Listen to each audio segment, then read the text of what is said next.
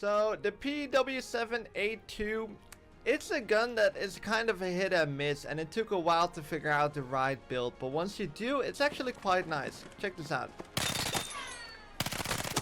I mean, that was a beam at a 100-meter player at a pretty decent rate.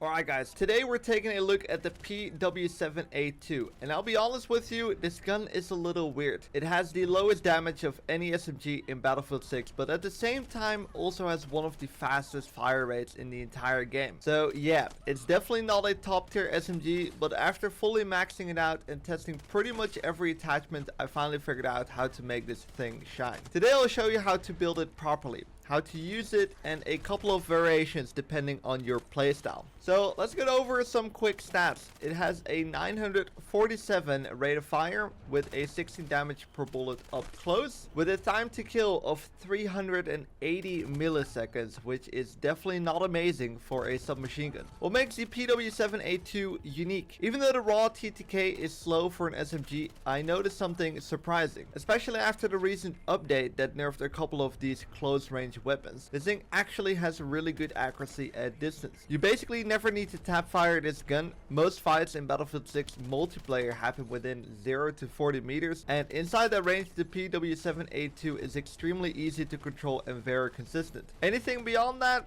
yeah, I wouldn't bother. The damage is too low and it just takes too long to kill. How to play with the PW7A2? Because the damage output is low, you can't rely on raw gun skill alone. You need to lean into the SMG advantages. Play fast, take aggressive angles, use movement to stay alive, pick one-on-one fights rather than trying to wipe full squads, abuse the great mobility and ADS speed this gun offers. With the build I'm showing today, the ADS comes down to 133 milliseconds, which is extremely quick even for an SMG in Battlefield 6. And here's something I didn't expect, especially coming from someone who loves hip firing. Do not really hip fire with this gun. Normally high rate of fire SMGs are hip fire monsters, but the PW7A2's damage is so low that hip firing just isn't reliable. You get way more consistency by staying ADS the moment you take a fight. So the builds. I got one main build that I strongly recommend. This is by far the best overall setup I found after testing pretty much every attachment combination. After that, I'll show a couple of variation builds that fit different playstyles, whether you want more mobility, more accuracy, or a suppressed stealth version. But let's start with the main one.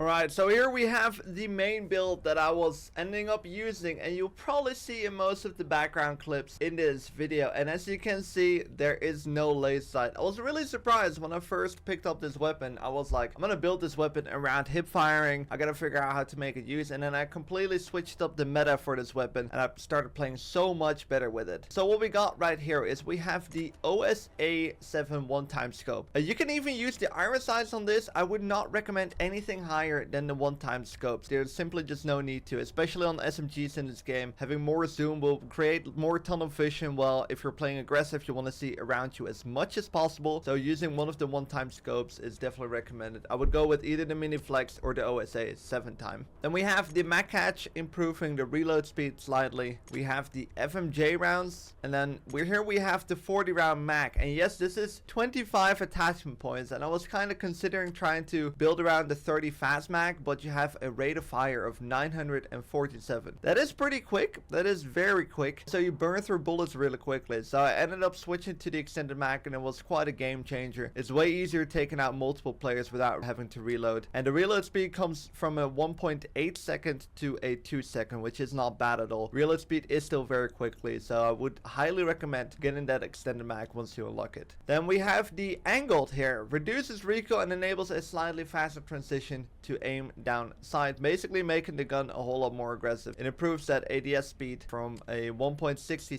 millisecond to a 1.33, which is definitely quite noticeable. You don't really need any of the recoil reduction attachments. The reason why is because most of your gunfights should be in a range where recoil is not going to be a problem. If recoil is starting to be a problem, you're probably trying to fire players from a range that is simply too far away. So that is why the slim angled is definitely the way to go. And then we have the basic grip, You can also go with the heavy grip, but you lose a faster ADS speed, as you can see. It improves the fire accuracy over extended periods, which is actually quite nice. It improves that precision slight bit, which is actually noticeable when you go for longer range fights. However, obviously with the low damage output this gun has to offer, you don't want to really challenge too many players beyond anything 30-40 meters. So the basic barrel, and then we have the 25-point suppressor. Fully hides in-world spotting and reduces the range where a soldier is spotted on the minimap. Reduces recoil buildup and improves recoil recovery at the cost of hipfire accuracy and weapon sway. Well, weapon sway you're not really going to notice, and yes, it goes at the cost of hipfire accuracy, but it reduces recoil buildup and improves recoil recovery. Especially the reduced recoil buildup is noticeable. You get a little less recoil. It starts to be a little bit more accurate with this thing. So you can start tap firing over range. I mean, there might be some clips in the background where you'll see me tap fire and there's basically no recoil buildup at all. So when there's players from a far distance, for example, that don't move, this suppressor allows you to kill those players a bit quicker. Actually, I have gone for some long range kills because the control in this gun is quite good, 65, and the suppressor allows you to tap fire it super quickly, actually allowing you to take out some players from a decent range. And then again, I do not have a laser sight on this build.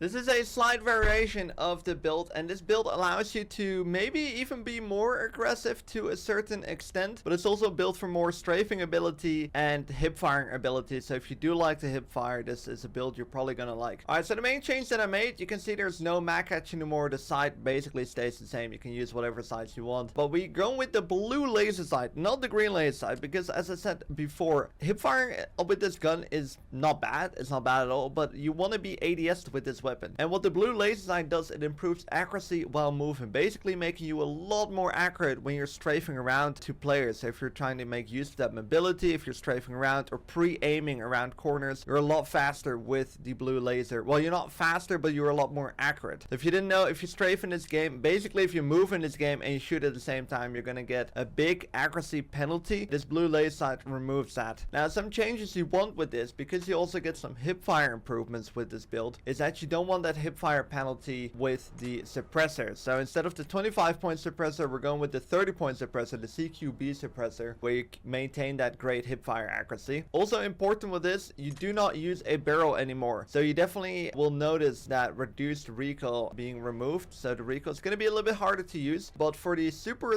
aggressive player, I think you're really going to like this build. Also, there's no mag catch. That's the only problem with this gun, that I tried to figure out a way around it, but it's a little bit tough. What you could do is remove the sight, and then you can still have a mag catch. So you go like this, because for aggressive plays you obviously want a fast reload speed, so that mag catch can actually make a bit of a difference. So this is some of the variations that I could recommend for this weapon. I quickly wanted to give a quick shout out to Tipsy Audio for supporting my streams this month. I've been using their earphones and they've honestly changed how I hear things in shooters. If you want to check them out, there's a link on my page, and if you feel like grabbing a pair, code MAXLIC gets you 10% off. So that's my full ranking of every assault rifle in Battlefield 6, from worst to best. That is going to be it for this video, ladies and gentlemen. I really hope you learned something new. Hopefully this video was useful. If you haven't yet, be sure to subscribe to the channel, and I really hope to see you guys in the next video.